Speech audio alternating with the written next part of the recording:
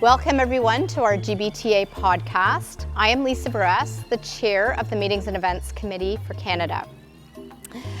We're coming to you live from Studio 41 at BB Blanc offices in Vaughan, Ontario. And I am joined by Heather Reid, founder and CEO of Planner Protect. Heather has spent 30 years plus planning conferences and events for clients. In 2013, Heather founded Planner Protect to help event planners and vendors negotiate balanced contracts. To date, she has helped hundreds of event organizers generate more than $9 million in cash savings and avoided risk. Heather is a speaker, educator, and licensed paralegal. She has received industry awards, been named one of Connect Meetings 50 over 50, and been inducted into the Canadian Meetings and Events Expo Hall of Fame. She is a member of PCMA's Global Education Task Force. Through Planner Protect, Heather created two first-of-their-kind industry projects.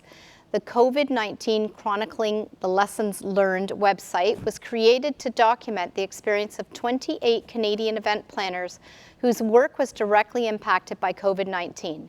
The website contains a 72-page report filled with tips and lessons about emergency preparedness, and the website houses 86 video segments documenting the planner's experience in real time.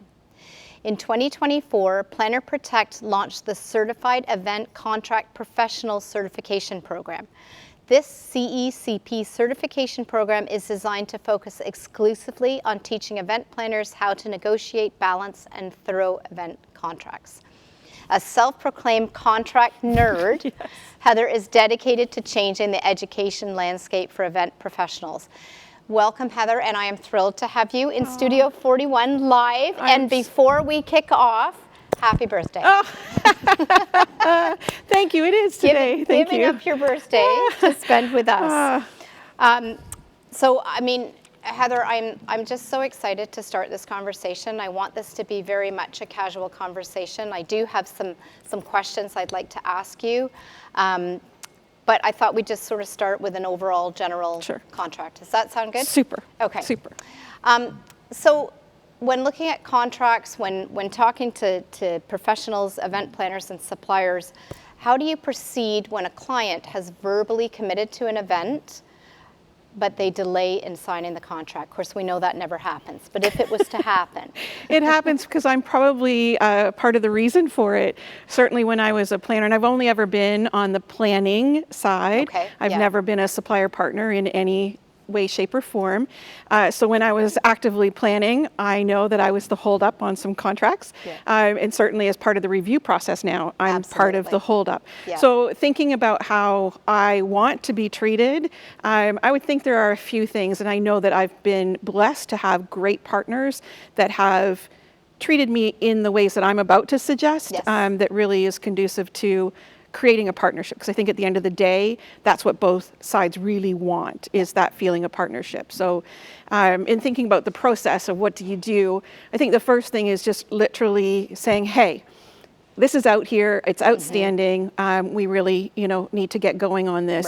And then really a sense of, if we don't contract, we don't have protections. And I think a lot of the contract is built for protections. It's logistics, it's financial, but contracts are also to protect both parties. And I think we risk those when we aren't moving forward with the contract.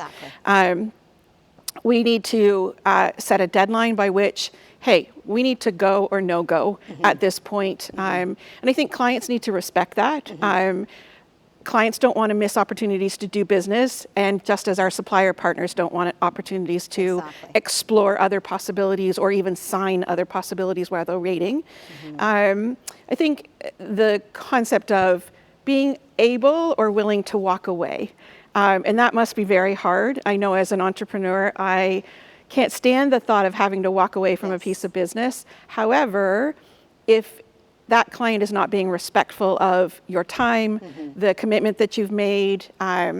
You're pulling resources, you're pulling, dates, you're pulling personnel, you're pulling all of that. And if they're not signing in a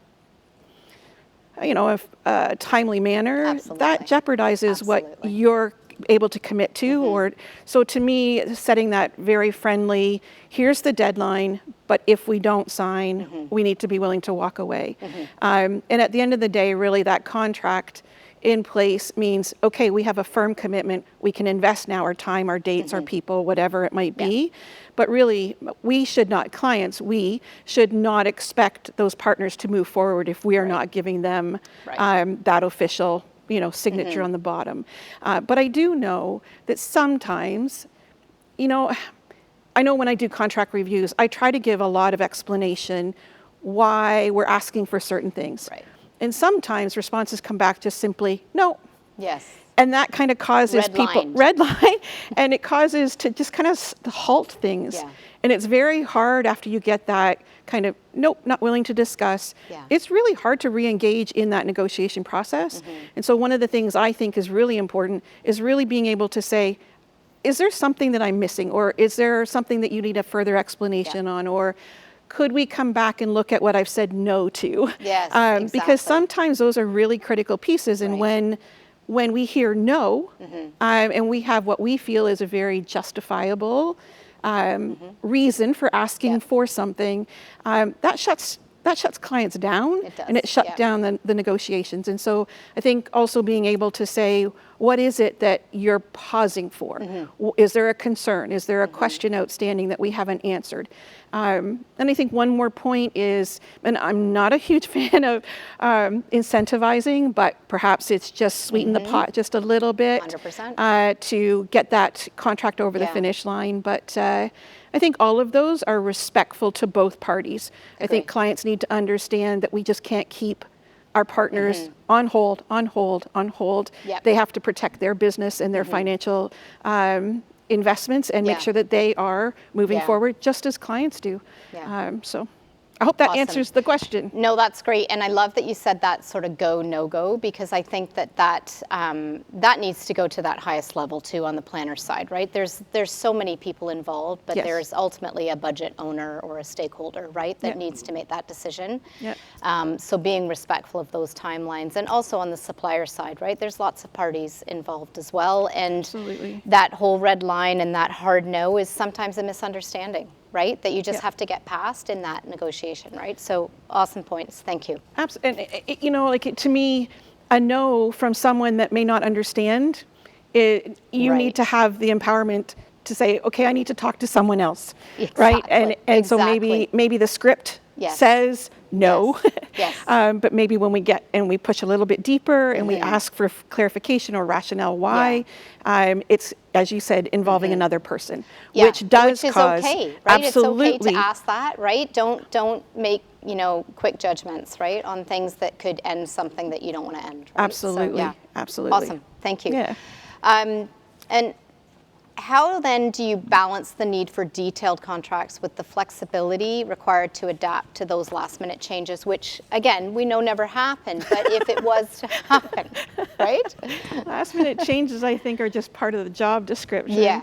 And I was lucky when I was planning, I had association clients, so I wasn't as, I didn't have to deal with as many changes as I'm sure a lot of our corporate planners do, or, working with general public or whatever. But I think there's a few things that we can look at. I think there's language that can be incorporated, such as using reasonable efforts, that we understand that, a contract, as much as it is crossing T's and dotting I's, it's not a science. It really is kind of an art. And both parties need to understand, yes, we need to protect ourselves, but we don't know exactly what is going to be encountered. And so if you use the example of a room block, for example, the planner, the client is taking its best estimate at the time with the information that they have.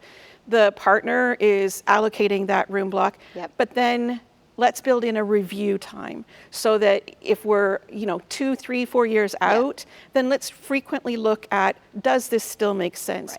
Is this on track with what we were thinking? Is the budget the same? Right? Absolutely. Do we need to expand? Do we need to contract? And I think that building in the opportunity to review, it's not automatically assumed. As planners, we need to respectfully ask for the opportunity to relook at elements of our contract. If you sign without that kind of privilege built in, so we have a review opportunity, we have, we're using reasonable efforts, we are able to amend without having to, cancel the whole contract and start over, that sort of thing. If we're building in those pauses, if you will, and the opportunity to address changes, those contracts will support you when you need to make changes. Having never been on the partner side, I can understand where there's some friction sometimes when, we need to decrease our room block, we've made a financial commitment. That's where we have to get into understanding how do we negotiate, how do we make the partner whole, how can we control our own investment. So it's really, I think, basic is absolutely understanding the contract. And I think that's a huge area of knowledge gap, is just understanding what is expected of us and then negotiating in the leverage to come back and review that contract and make changes as we need to without being penalized for doing that. And I think you brought up a good point, because when you're planning a meeting or an event that is years out or 12 months greater, whatever, but those ones that come in under the wire, you're not going to have as much time, right? So you need to, I think it's good to go to that supplier with as firm as you can, right? And that supplier probably is not going to be as willing to give you those leeways, right? If you're coming in under the wire. Absolutely, right? So, absolutely. Like there has to be more certainty the closer you get. For everyone to be able to come to the table ready. Exactly. But if you are contracting long times out, then absolutely that flexibility should be inherent in the contract, the way it's structured, but it doesn't come that way. That is the role of the client, is to really advocate and to know how to negotiate to get to a position where you have the flexibility to make changes. Perfect. So, agree, fully agree. Okay, so Heather, what do you foresee as the next major challenge in event contracting, and how are you preparing for it? How are you working with planners, suppliers to prepare for it? That is a great question. And I think planners now realize... It's a loaded question. It is a loaded question. Having just been through the pandemic, I think every planner really had a moment to really revere the contracting process, because when we did our little COVID study there, every single contractor, their first reaction was, what does the contract say? Because our recourse or our leverage starts with that contract that we signed. So there's all sorts of, I thought about, well, there's economic uncertainty, there's, initiatives for sustainability and environmental responsibility, there's digital events and what goes along with that. But the one that I'd love to, is my concern over groups using cloud-based group sales platforms. So booking online without truly negotiating the contract and assuming. So in those templated boilerplate contracts, to me there are a lot of opportunities for risk. So in looking at them, I think about, okay, are those templated contracts really customizable, or are they going to be very generic in their structure and in their content? So does that template really address the nuances of your event? Then you look at the enforceability, does where you resolve issues, the jurisdiction, does that work where you're doing business? If it's a generic, does your jurisdiction of law actually endorse the language that's in the contract, or are you going to find out that the language is too generic and it's going to be trouble? And there's that. There's the limited scope, as I said. a lot of events have so many moving parts. These cloud-based ones, to my knowledge, focus heavily on space and room blocks. Yeah.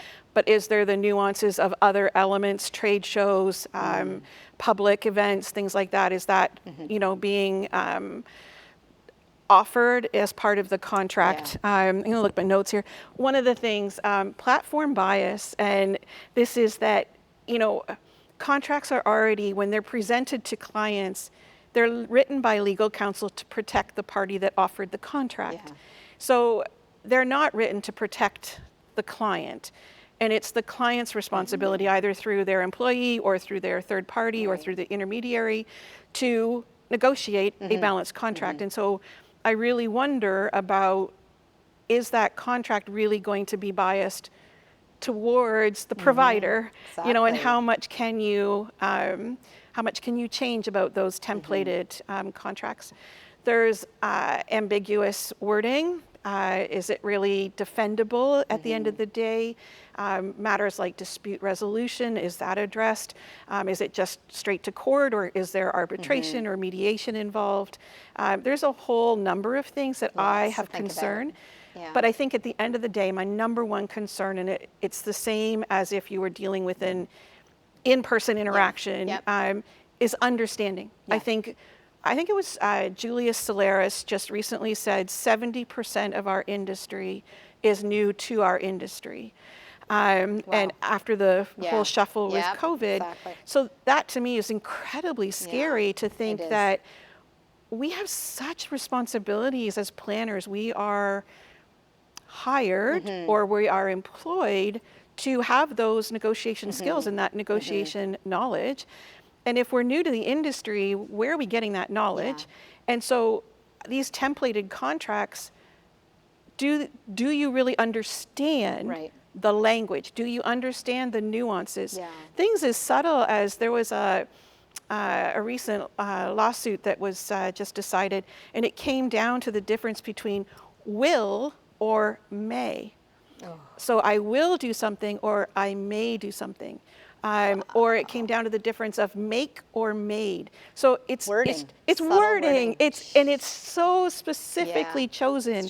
It's not but that's what will get highlighted, right? If it goes to dispute. Absolutely. It's just those little innocuous words and things like the sole right to do something.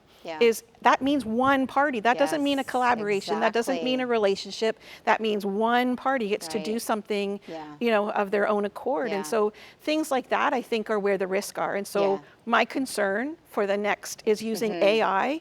I know that there are organizations now that are using AI created contracts. I'm not a lawyer, and I'm a paralegal by studies through COVID, but I still I will not touch wording. That is the domain of legal counsel to really truly understand the law and know how to protect. So that's my concern. That's long-winded, sorry. No, I think you hit the nail on the head, but I do want to ask you, do you think there's a place for these cloud-based templates? Well, there must be, because they're there. They're there. Right? They're there, but I would say that the caution is buyer beware, as in even when you're negotiating one-on-one with a vendor, a partner, it really is our responsibility to understand.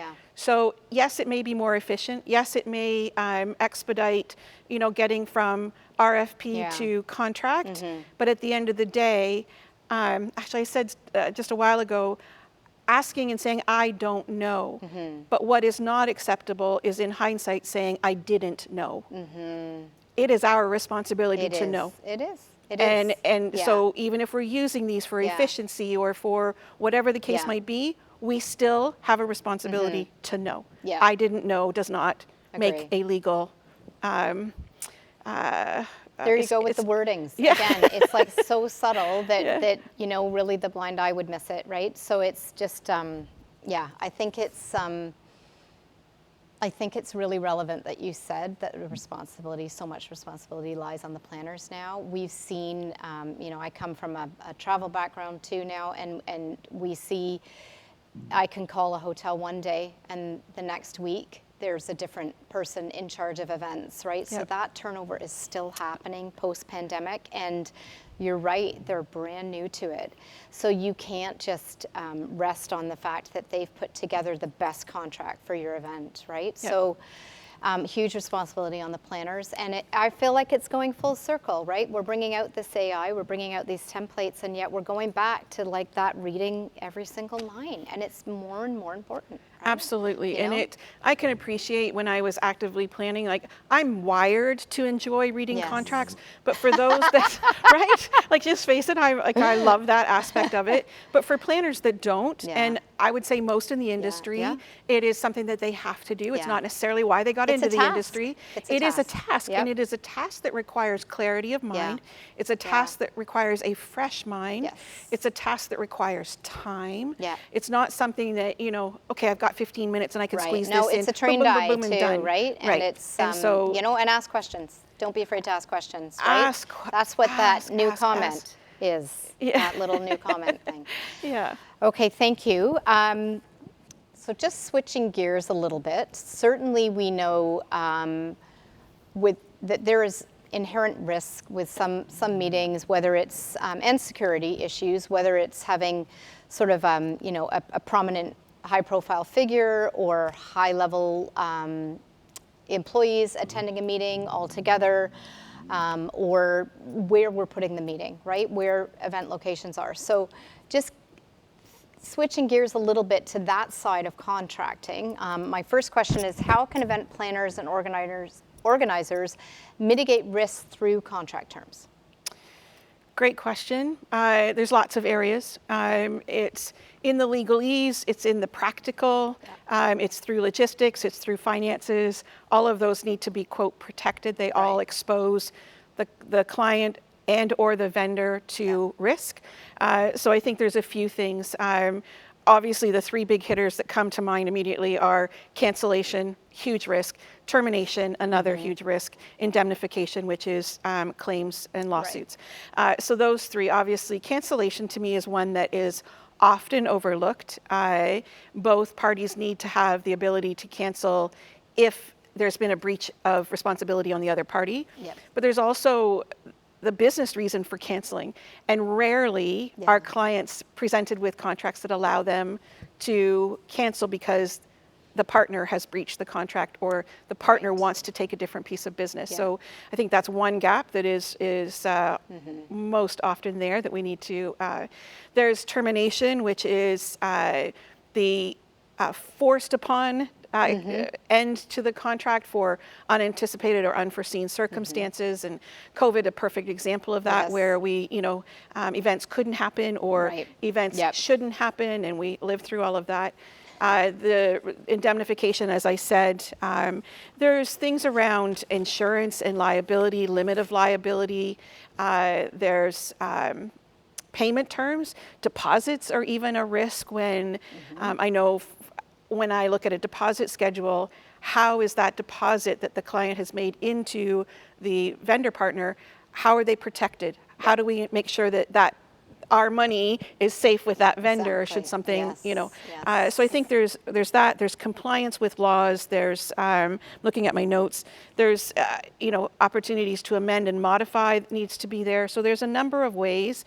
It's not, I know that we have another question about actual risks, like physical risks and things like that, but the contract really addresses, I think, the legal risks of cancellation, termination, and then you need to make it event specific. So if you are dealing with a high risk audience or a high risk topic, or you have a VIP that is, the keynote speaker, that sort of thing, those risks also then have to be added into, because they're definitely not there in a templated contract offered to the planner. Perfect. Thank you. Okay, what are some of the key considerations for contract terms when dealing with, as you said, a high profile or high security event? Yeah, I actually did some real homework on this because it's not been like a lot of my work has been some of my work, Yep. and so I certainly don't want to misrepresent. I'm not an expert in this, and so Yes. right off, Yep. I think the first thing is legal counsel, and then there are professionals that deal with risk management. There are professionals in our industry that will help you create plans for Right. minimizing risk. So for like. One of the confidentiality and non-disclosures, making sure that those are signed so that materials aren't leaked or Yes. plans aren't leaked, Yeah. or the risks are planned for, security details, establishing who is responsible for what happens. And then there's security requirements, obviously, security personnel, entry points, emergency response. Who is planning for what? Who is Exactly. responsible for what? Is it the same responsibility leading up to it Right. as to the time of, and then post-event? I also know that some events have media and need to do some publicity control, and so it's building in who ultimately is responsible for that. I think it was just this morning's news, I think, or maybe yesterday, I forget, where at the Democrat convention, some of the guests were treated with some unfavorable little critters on the food tables that had been smuggled in and No. yes. I wonder who did that. Well, it was someone that wasn't happy with what was going on, obviously. So really, like it's having, you Yeah. can't plan for everything. No. You have to plan Yeah. to the best of your ability and to the best of your knowledge, but then you have to have a process for last minute things and who is taking what Absolutely. responsibility Preparedness, and right? preparedness, Yeah. Yeah. absolutely. Insurance, discussing liability up front, who is responsible for what and what Right. happens if that responsibility is not performed. That's a Yes. big factor. Yes. Access control, who is being granted permission to access, what is the minimum standard for access. Even I know when I was planning, I didn't have contentious clients, I had associations, but even I think back and I think, I really didn't do a super job of who was on the show floor for setup day, Yes, right? Like all of yes. those things now I know have to be on the radar of planners, and so important, particularly if they're dealing with something that is a volatile or high, a subjective, contentious matter. I put down contingency planning. Dispute resolution obviously goes a long way. If something does happen, if Yes. there's been a breach, if there's Yeah. been a security situation, what happens with that? And then I think also, under what conditions is the event terminated? And knowing up front, at this point, if we cross this line, it's done. Right. And not making those, I know it's been said about dispute resolution and being proactive about dispute resolution is plan when you're calm. Right. And right? Like it's hard to plan when Yes. you're in the thick of it. Yes, totally and is. so I Yep. think a planner is the proactive requirements of their job are Yes. so huge. Yep. And planning for everything to think Yeah. through possibly what could happen. And all those, just in case, sort of, right? And having Absolutely. that backup plan, which you always hope that you'll never need. But, Absolutely. But all part of it, right? Well, and when So, you're yeah. I've had an exhibitor pass away in his hotel room. I've had medical emergencies. Yeah. And in the moment, you're only as good as what you've been trained to do, Exactly. right? Yeah. You're only as good Yes. as what you fall back to muscle memory, if you will. Yes. And so if we're not doing the planning, Yeah. we may not do a very good job of the That's right. reacting. So it's Fair really point. leaning into your partners as well. And understanding it's a shared responsibility, Absolutely. right? Because you are at a venue or you're at a location. and- Absolutely. Yep. Yeah, so. Even discussing emergency evacuations, who do we defer to? Right. Who do we call? What's the process? Because it might be 3 a.m., right? Absolutely. Yeah. Absolutely. Yeah. So yeah, it's I think we a lot. we are in a high risk potential Agree. industry when we Agree. are involving humans. Yeah, 100% we are, right? And that's Yeah. never going to change, right? Yeah, It's absolutely. only going to get more, right? Yes. And as we take meetings to various parts of the world, right? Where Absolutely. the unrest and even just, climate change is going to, cause things Flooding, to happen, right? absolutely. Yeah. Yeah. So, great. So much to think about. Okay, here's a big one. Are you ready? Okay. I think I am. You gave me the question, unless you're going to throw me a curveball. No curveballs. But how should event contracts handle force majeure situations? Should a planner negotiate an impossibility term back into a force majeure term? And what do you feel, how do you feel, or why do you feel this is shifting for contracts now? So get your lawyer on speed dial. At the end of the day, take them with you. Take them with you. Absolutely. This is such a loaded question, and I think for us as planners, we need to understand, first of all, what is force majeure, what is impossibility, what are the other levels of performance that aren't impossible to perform. So, as I said, every event planner that went through COVID looked at what does the contract say about force majeure. COVID was our generation's example of a dramatic force majeure event, unanticipated for sure. My understanding from a layperson is that force majeure represents unanticipated or unforeseen events, making the ability to perform by either the event or the supplier partner impossible.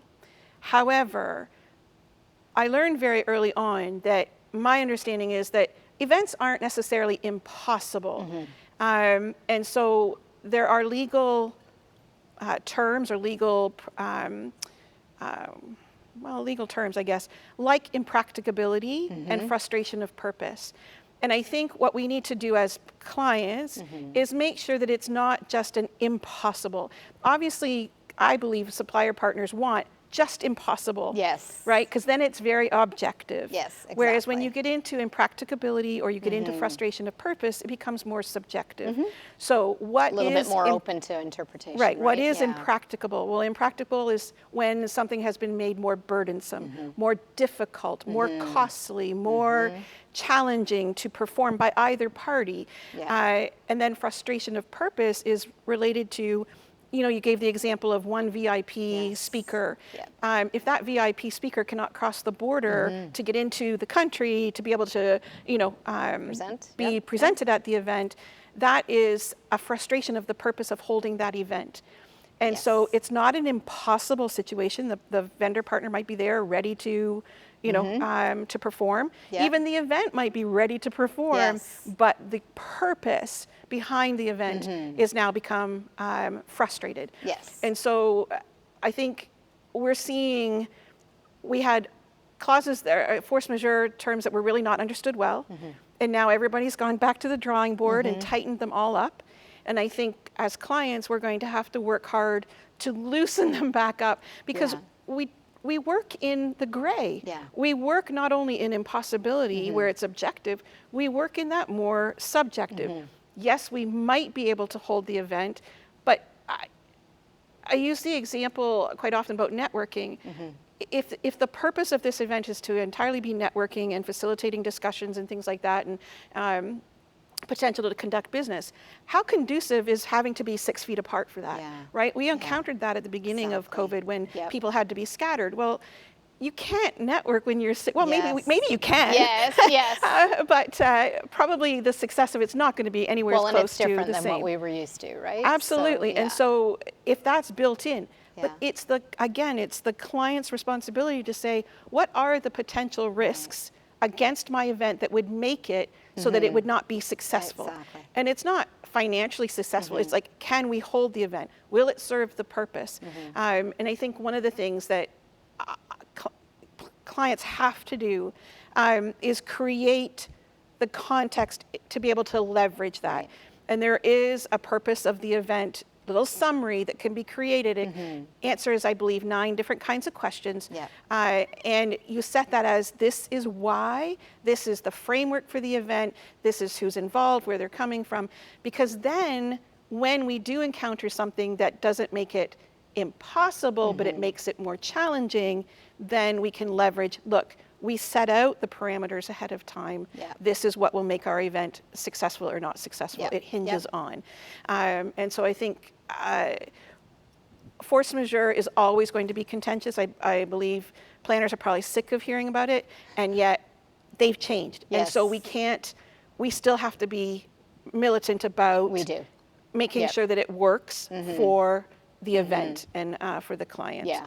And I think COVID, you know, when COVID hit, we all ran to that force majeure clause, right? Yes. And we looked for some way to get out. And certainly from my experience, our partners were amazing at being able to sort of, you know, either cancel without penalty or rebook, and nobody knew what was ahead, right? And I think it's really important to acknowledge that it's changed, that it needs to grow, and we need to pay attention to it, because it's not always going to be that out. That's right. Right? That's right. Absolutely. Yeah. I think round one was COVID, and it was, when we looked at the 28 planners in the COVID study, it was the majority were received with, we will help you work this out, right? The partners were gracious, understanding. There were a few that were not, and there are, you know, groups that encountered huge financial penalties. But I don't think that courtesy should be expected another round. No. We all have grown up. Exactly. We've learned a lot. Yes. I don't know if that's even a word, wised up. But I think we all now should have this on our radar, that this is a potential. It can come out of anywhere and be anything. And to have not negotiated strategically will put us on the defensive, and it's not owed to us that we have that relationship of, you know, we'll help you out. My sense is that it will be more litigious if we encounter that kind of situation another time around. Agree. I said that was a loaded question, and it was a loaded answer, and you know what? We could probably talk till midnight on this easily. Final question. How should contracts address cybersecurity responsibilities for events with digital components, such as virtual conferences, and virtual didn't go away, right? Hybrid is still there. And we've all realized how we can save money with these, but what's your take on that? Well, I'm going to refer again to, I don't trust my memory for anything. Even reviewing contracts, I use paper. I use a 3-inch binder. I don't trust my memory for anything. So please just know that because I don't want to misrepresent. No, appreciate that. So one of the things is define what cybersecurity responsibilities are, who owns them, who is responsible for the software updates, who's responsible for firewalls, who's responsible for data encryption. So really laying out the responsibilities, and then the mitigation if those things fail to be applied properly. There's data protection and privacy compliance. So it's looking at GDPR, CCPA. How is personal data, if you're collecting data about your attendees, how is it collected, processed, stored, deleted? Deleted, destroyed, exactly. And who is responsible for each step? And is that in writing? Absolutely. Incident response. This one I found interesting when I was doing my research for this question. Incident response is, how are you documenting incidents that happen? So data breaches or hacking attempts. I found this one really interesting. What are the steps that will be taken in the event of a cybersecurity breach? So documenting those steps. Documenting and then knowing, okay, I have my tool here ready to go. I know when I was physically planning on site, we had a document that was literally right there. Everyone knew where it was, and it had who did we talk to, who was involved, did media come, who's the spokesperson for the association. Like, it was in a document so that no one on the team had to think. We knew, okay, boom, boom, boom, boom, boom, right? And God forbid we ever had to use that. We used it on one occasion, but it was always there. And I think that same level of proactiveness in cybersecurity. So incident response plan I thought was really quite interesting. Looking at standards, what standards are going to be followed, what best practices are going to be followed. I know the ISO, international standards, what ones are going to be adhered to, what ones are supposed to be followed. Liability and indemnification, so who holds the responsibility and who is going to protect who. That's what indemnification is. I will protect you if something has been my fault. You will protect me if something has been your fault. So really getting that clear and straightforward. confidentiality and data handling. Who's going to handle the data? Who has access to it? And how long will it be retained after the event? Obviously the disposal. There's participant communication, and I thought this was an interesting one. I'm not sure, just yesterday I was on a virtual event. I'm not sure that I've ever been asked or shown, here are ways that you can protect yourself online, how to securely access the event platform, strong passwords, avoiding phishing scams, updating software. How do you report suspicious activity as an attendee? What channel do we use if there's someone that might be interfering with the event itself? Yes, or using different browsers, right? Opening the app on a different browser. You don't ask me for tech stuff, but and then they had cybersecurity insurance, obviously. And then again, at what point, what kinds of breaches would constitute terminating and stopping the event? And so I think all of those are things that, this is where I go, the planner is so responsible for so much. There must be virtual experts that can support and help you plan. How do it's risk mitigation. It is risk mitigation that a planner is here for. And so how do we plan for that? And how do we, I always said, and I used to get asked all the time, well, why are we going through the fire, fire alarms and things like that when we were doing our pre-cons? And I'm like, because if we discuss it, it's not going to be needed. That's exactly it. Yeah, it won't happen. It won't happen. I mean, yes, it did happen sometimes, but when you have a comfort when you are prepared. And I think ultimately at the end of the day, it's all parties being prepared so that you can then work together to respond. So that would be awesome. So that was my final question. Final thoughts, closing statement about contracting. I know that's I know responsibility came out, preparedness. Give me in a sentence or a statement, sort of your big hit. That's a really hard. good. It's hard, right? I think it is. I know that I shy away from admitting I don't know something.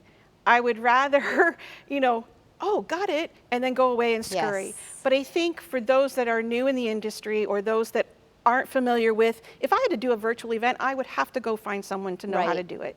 So I think having the confidence to say, I do not know, I will find the answer, I will find the resource, I will find the expert, or I'll find the team player that can help with this. I think that is a huge part. Event planners cannot be the be-all and end-all. I think 30 years ago when I started, we were seen to be the be-all and end-all. We did A to Z. But I think events now are so riddled with potential risks, with nuances, with technology and all of that. It's a team sport now. And I think for an event planner that says, oh, I've got it all, I'd be afraid. So I think my big thing is... But all the people underneath, right? I think it's saying, I don't know, but I will find it out. But then, as I said earlier, coming back and saying I didn't know is just not acceptable. People's lives, financial, reputational, logistical, human, risk is real. It's our job to know. Absolutely. Right? A big part of our job. Absolutely. So I can't thank you enough for your insights. And I mean, I've certainly learned a lot today. I know that our viewers will love this and be note-taking. And thank you for everything. And thanks for the opportunity. For sharing your journey and your insights and your knowledge. And it was wonderful. And wonderful to meet you, because this was our first time. You too, absolutely. And happy birthday again. Thank you.